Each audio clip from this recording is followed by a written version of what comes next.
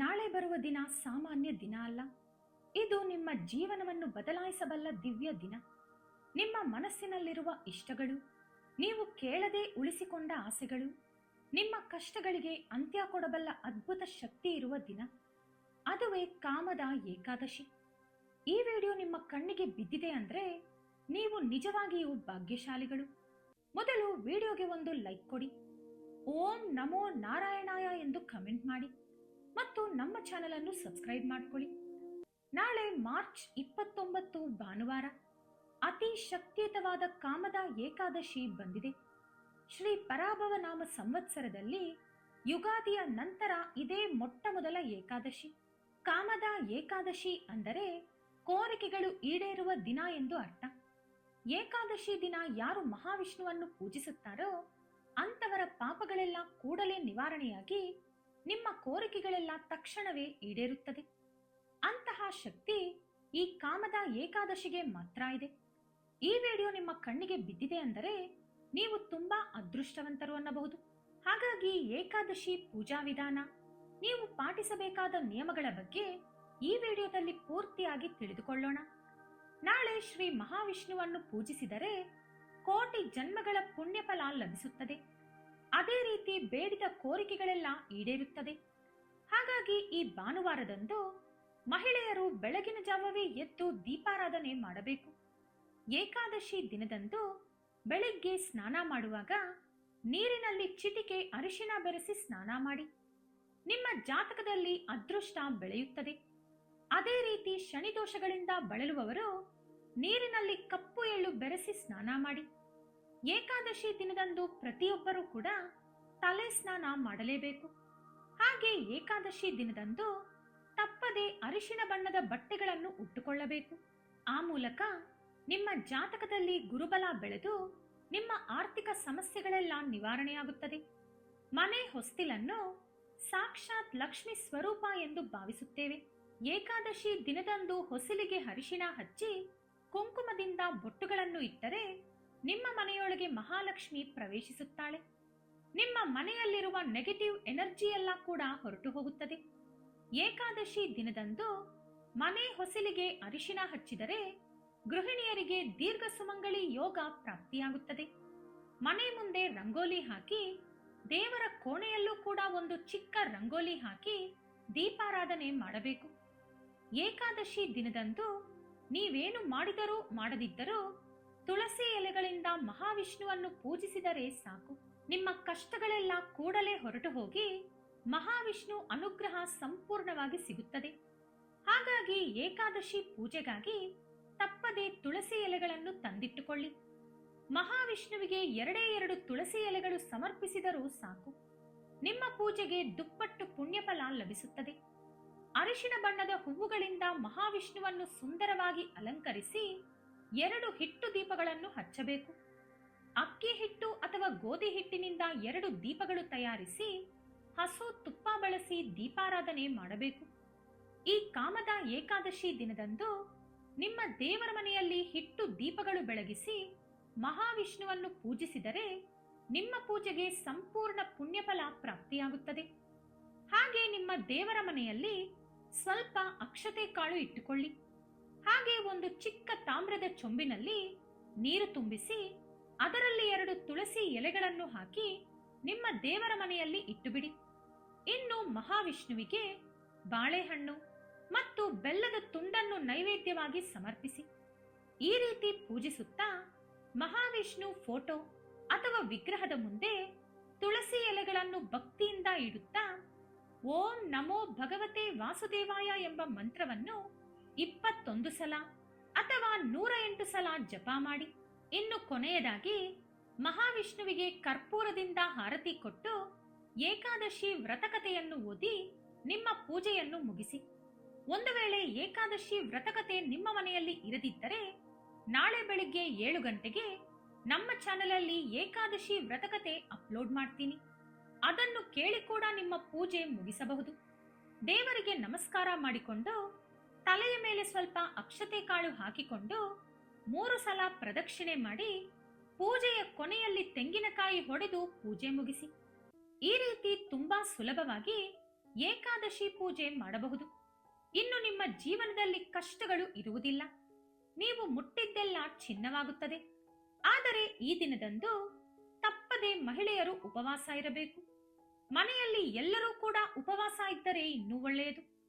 ಪುರಾಣಗಳ ಪ್ರಕಾರ ಏಕಾದಶಿ ದಿನದಂದು ಅನ್ನ ತಿನ್ನಬಾರದು. ಒಂದು ವೇಳೆ ಏಕಾದಶಿ ದಿನ ಅನ್ನ ತಿಂದರೆ ಪಾಪಗಳು ವಿಪರೀತವಾಗಿ ಬೆಳೆದು ಹೋಗುತ್ತದೆ.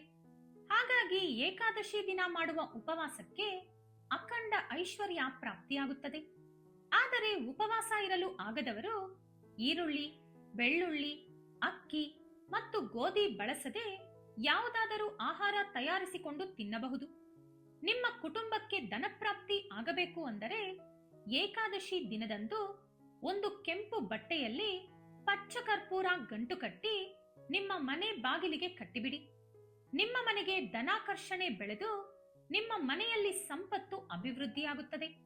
ಹಾಗೆ ನಿಮ್ಮ ಮನೆಯ ಸಿಂಹದ್ವಾರದ ಮೇಲೆ ಗಂಧದಿಂದ ಸ್ವಸ್ತಿಕ್ ಗುರುತು ಬರೆಯಿರಿ. ನೀವೇ ಅರೆದು ಗಂಧ ತಯಾರಿಸಿದರೆ ಇನ್ನೂ ಉತ್ತಮ. ಇಲ್ಲದಿದ್ದರೆ ಸ್ವಚ್ಛವಾದ ಗಂಧವನ್ನು ತಂದು ಸ್ವಲ್ಪ ರೋಸ್ ವಾಟರ್ ಅಥವಾ ಗಂಗಾಜಲ ಬೆರೆಸಿ ಅದರಿಂದ ಸ್ವಸ್ತಿಕ್ ಬರೆಯಿರಿ. ಇದರಿಂದ ನಿಮ್ಮ ಮನೆಗಿರುವ ವಾಸ್ತು ದೋಷಗಳು ಹೊರಟು ಹೋಗಿ ನಿಮ್ಮ ಮನೆಯಲ್ಲಿ ಲಕ್ಷ್ಮೀದೇವಿ ಶಾಶ್ವತವಾಗಿ ನೆಲೆಸುತ್ತಾಳೆ. ಹಾಗೆ ಏಕಾದಶಿ ದಿನದಂದು ಸಂಜೆ 6 ಗಂಟೆಯ ನಂತರ ನಿಮ್ಮ ಮನೆಯ ಹೊಸಿಲಿನ ಮುಂದೆ 2 ದೀಪಗಳನ್ನು ಹಚ್ಚಿಡಿ. ಏಕಾದಶಿ ದಿನ ಮನೆ ಮುಂದೆ 2 ದೀಪಗಳನ್ನು ಹಚ್ಚಿದರೆ ನಿಮ್ಮ ಕುಟುಂಬಕ್ಕೆ ಶುಭ ಫಲ ಉಂಟಾಗುತ್ತದೆ. ಹಾಗೆ ಏಕಾದಶಿ ದಿನ ಸಂಜೆ ತುಳಸಿ ಕೋಟೆಯನ್ನು ಪೂಜಿಸಿದರೆ ಭೋಗ ಭಾಗ್ಯಕ್ಕೆ ತೊಂದರೆ ಬರುವುದಿಲ್ಲ. ಮುಖ್ಯವಾಗಿ ವ್ಯಾಪಾರಸ್ಥರು ಓಂ ನಮೋ ಭಗವತೆ ವಾಸುದೇವಾಯ ಎಂಬ ಮಂತ್ರವನ್ನು ಜಪ ಮಾಡುತ್ತಾ ತುಳಸಿ ಕೋಟೆಗೆ 108 ಪ್ರದಕ್ಷಿಣೆ ಮಾಡಬೇಕು. ಇದರಿಂದ ನಿಮ್ಮ ವ್ಯಾಪಾರದಲ್ಲಿ ಲಾಭಗಳು ಬೆಳೆಯುತ್ತದೆ. ಉಳಿದವರು ತುಳಸಿ ಗಿಡದ ಸುತ್ತಲೂ 21 ಸಲ ಪ್ರದಕ್ಷಿಣೆ ಮಾಡಿದರೆ ಅಷ್ಟೈಶ್ವರ್ಯ ಸುಲಭವಾಗಿ ಪ್ರಾಪ್ತಿಯಾಗುತ್ತದೆ. ಈ ಏಕಾದಶಿ ದಿನದಂದು ತಪ್ಪದೆ ನಿಮ್ಮ ಹತ್ತಿರವಿರುವ ವೆಂಕಟೇಶ್ವರ ಸ್ವಾಮಿಯ ದೇವಾಲಯಕ್ಕೆ ಹೋಗಿ ಬನ್ನಿ. ದೇವರಿಗೆ ತುಳಸಿ ಮಾಲೆ ಸಮರ್ಪಿಸಿದರೆ ಎಂತಹ ಸಮಸ್ಯೆ ಇದ್ದರೂ ಕೂಡಲೇ ಹೊರಟು ಹೋಗುತ್ತದೆ. ಹಾಗೆ ಮಹಾವಿಷ್ಣು ದೇವಾಲಯದಲ್ಲಿ ಧ್ವಜಸ್ತಂಭದ ಮುಂದೆ ಹಸು ತುಪ್ಪದಿಂದ 11 ದೀಪಗಳನ್ನು ಹಚ್ಚಿದರೆ ದಾರಿದ್ರ್ಯ ಬಾಧೆಗಳೆಲ್ಲ ಹೊರಟು ಹೋಗಿ ಅಖಂಡ ಲಕ್ಷ್ಮೀ ಕಟಾಕ್ಷ ಸಿದ್ಧಿಯಾಗುತ್ತದೆ. ಏಕಾದಶಿ ದಿನದಂದು ಅಪ್ಪಿತಪ್ಪಿಯೂ ತುಳಸಿ ಎಲೆಗಳನ್ನು ಕೀಳಬಾರದು. ಹಾಗೆ ಹಗಲು ಹೊತ್ತಿನಲ್ಲಿ ನಿದ್ರಿಸಬಾರದು. ಏಕಾದಶಿ ಭಾನುವಾರ ಬಂದಿದೆ. ಆದರೆ ತುಂಬಾ ಜನ ಭಾನುವಾರ ಮಾಂಸಾಹಾರ ತಿನ್ನುತ್ತಾರೆ. ತಿನ್ನದಿದ್ದರೂ ಅದರ ಬಗ್ಗೆಯೇ ಯೋಚಿಸುತ್ತಾರೆ. ಆದರೆ ಏಕಾದಶಿ ದಿನದಂದು ಮಾಂಸಾಹಾರ ತಿಂದರೆ ಮಹಾಪಾಪವೆಂದು ಪರಿಗಣಿಸಲಾಗಿದೆ. ಹಾಗಾಗಿ ಭಾನುವಾರದ ಜೊತೆ ಕೂಡಿ ಬಂದಿರುವ ಏಕಾದಶಿಯಂದು ಯಾವ ಪರಿಸ್ಥಿತಿಯಲ್ಲೂ ಕೂಡ ಮಾಂಸಾಹಾರ ಮುಟ್ಟಬೇಡಿ. ಹಾಗೆ ಅದರ ಬಗ್ಗೆಯೂ ಯೋಚಿಸಬೇಡಿ. ಏಕಾದಶಿ ದಿನದಂದು ಕೂದಲು ಅಥವಾ ಉಗುರು ಕತ್ತರಿಸಬಾರದು. ಇದರಿಂದ ನಿಮ್ಮ ಆಯಸ್ಸು ಕ್ಷೀಣಿಸುತ್ತದೆ. ಏಕಾದಶಿ ದಿನದಂದು ನೀವು ಹಣ ಇಡುವ ಜಾಗದಲ್ಲಿ 2 ಲವಂಗ ಹಾಗೂ ಒಂದು ಚಿಕ್ಕ ಕರ್ಪೂರದ ಬಿಳ್ಳೆ ಇಟ್ಟುಬಿಡಿ. ಇದರ ಸುವಾಸನೆ ಲಕ್ಷ್ಮೀ ದೇವಿಯನ್ನು ಆಕರ್ಷಿಸಿ ನಿಮ್ಮ ಮನೆಯ ಆದಾಯ ಬೆಳೆಸುತ್ತದೆ.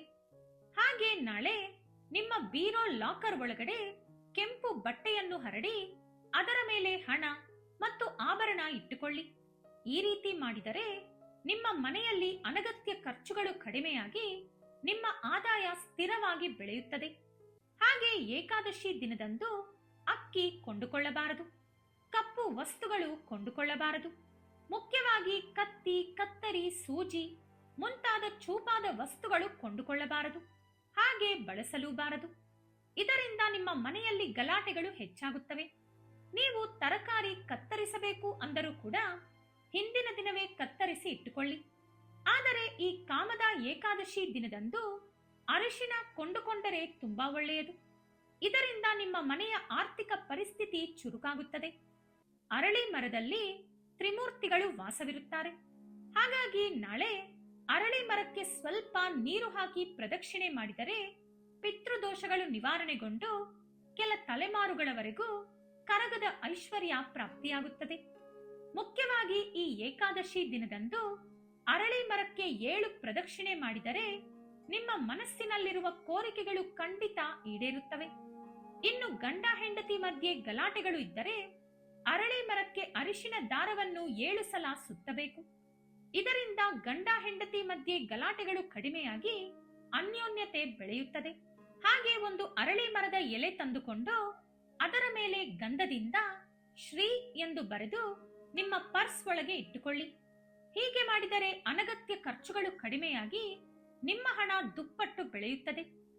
ಏಕಾದಶಿ ದಿನದಂದು ಮನೆಯಲ್ಲಿರುವ ಹೆಣ್ಣು ಮಕ್ಕಳು ತಪ್ಪದೆ ಕಾಲಿಗೆ ಅರಿಶಿಣ ಹಚ್ಚಿಕೊಳ್ಳಬೇಕು.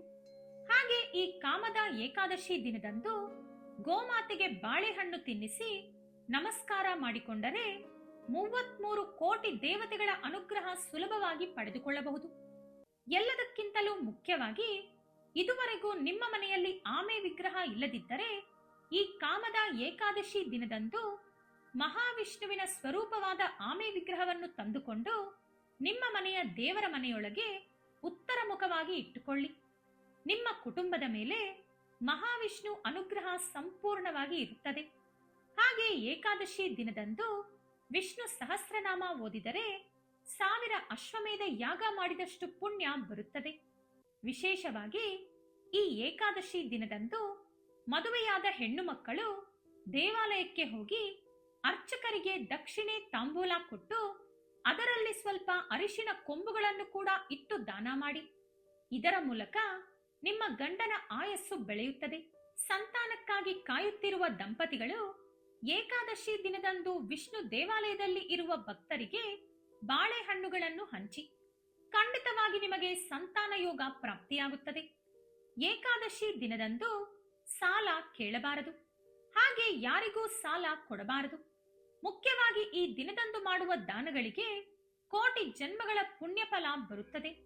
ಹಾಗಾಗಿ ನಿಮ್ಮ ಅನುಕೂಲಕ್ಕೆ ತಕ್ಕಂತೆ ಬಡವರಿಗೆ ಏನಾದರೂ ದಾನ ಕೊಡಿ.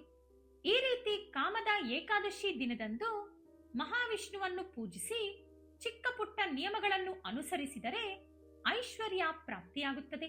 ನಾಳೆ ಏಕಾದಶಿ ವ್ರತಕತೆ ಬೆಳಿಗ್ಗೆ 7 ಗಂಟೆಗೆ ನಮ್ಮ ಚಾನೆಲ್ ಅಲ್ಲಿ ಬರುತ್ತದೆ. ತಪ್ಪದೆ ಕೇಳುವ ಪ್ರಯತ್ನ ಮಾಡಿ. ನೀವು ಪೂಜೆ ಮಾಡದಿದ್ದರೂ ಈ ಕತೆ ಕೇಳುವ ಮೂಲಕ ಫಲ ಪಡೆದುಕೊಳ್ಳುತ್ತೀರಿ. ಈ ವಿಡಿಯೋ ಇಷ್ಟ ಆದ್ರೆ ಲೈಕ್ ಮಾಡಿ, ಶೇರ್ ಮಾಡಿ. ಇಂತಹ ಹೆಚ್ಚಿನ ಉತ್ತಮ ಮಾಹಿತಿಗಳಿಗಾಗಿ ತಪ್ಪದೆ ನಮ್ಮ ಚಾನೆಲ್ ಅನ್ನು ಸಬ್ಸ್ಕ್ರೈಬ್ ಮಾಡಿಕೊಂಡು ಬೆಲ್ ಐಕಾನ್ ಕ್ಲಿಕ್ ಮಾಡಿ. ಮತ್ತೆ ಹೊಸ ವಿಡಿಯೋದೊಂದಿಗೆ ಪುನಃ ಭೇಟಿಯಾಗೋಣ. ಧನ್ಯವಾದಗಳು.